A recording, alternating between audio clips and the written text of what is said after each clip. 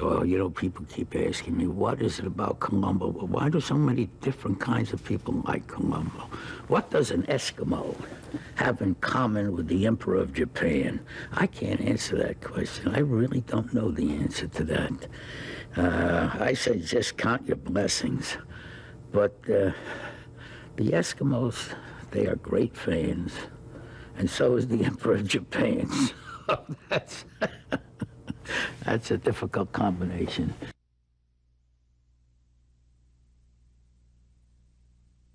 I'm a sucker for foreign languages.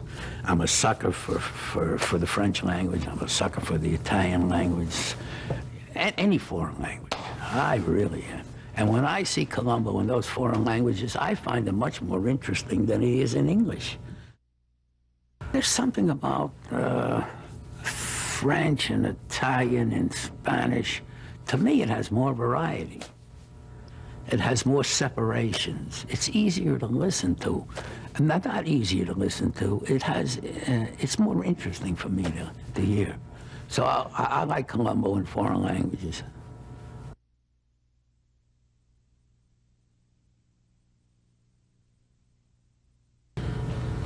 I guess he was original. He didn't sound like all the other scripts, all the other characters. He wasn't a cliche. There was something definitely, genuinely, both compelling and amusing. He was eccentric, he was smart. At the same time, he was a very ordinary guy. He was very average and extraordinary at the same time. I think it's that combination.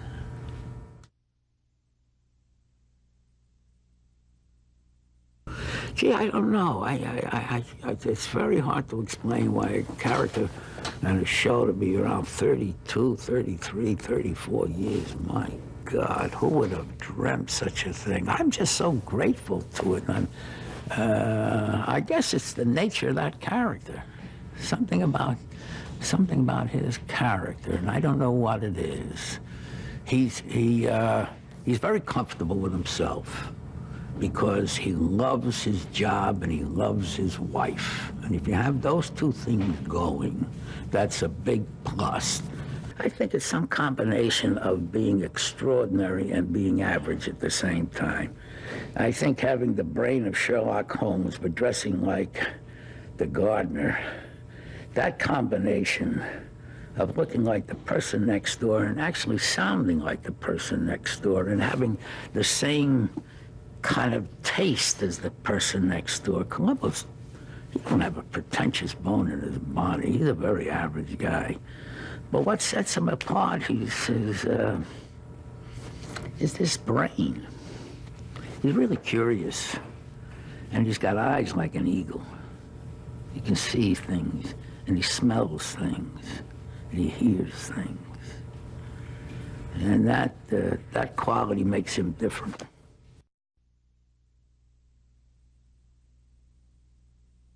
No, you know, I think one of the reasons that people enjoy Colombo is that we go into such detail in terms of explaining to the audience exactly how the crime is committed.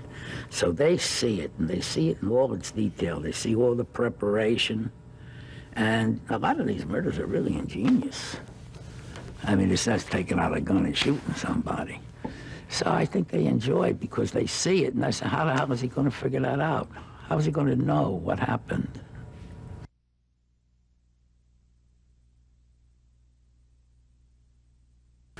Yeah, well, Steve, I think he directed the second Colombo that was ever made.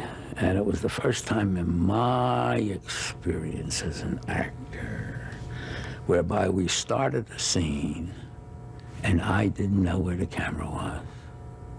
You know, one of the things that's troublesome for an actor, because it's troublesome for everybody, but if you take a camera and put it right in your face like this, you become self-conscious, and so do actors.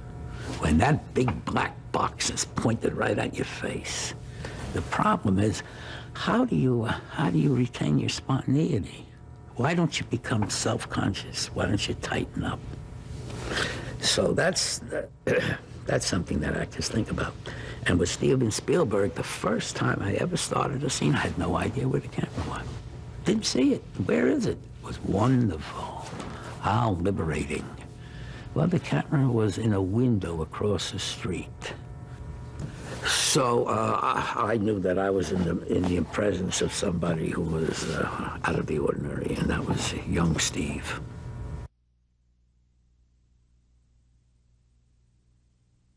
Well, when you draw, and I love to draw, I mean, it's just me and the model, and there's no one else there, and there's nothing writing on it. You know, there's a lot at stake when you make a movie or when you make a television show. There's a lot of dough involved, and there's a lot of pressure, there's a lot of heat, and you're anxious. But I'm not anxious when I go and draw. It's just me and the model. And so if I don't like it, I throw it away, and if I like it, I tell you what's great when you're drawing. Say it's a 20-minute pose, and you're like 16 minutes into it. You got another 4 minutes, and you look at it, and you say, geez, you know, somebody beside myself might like to look at this thing.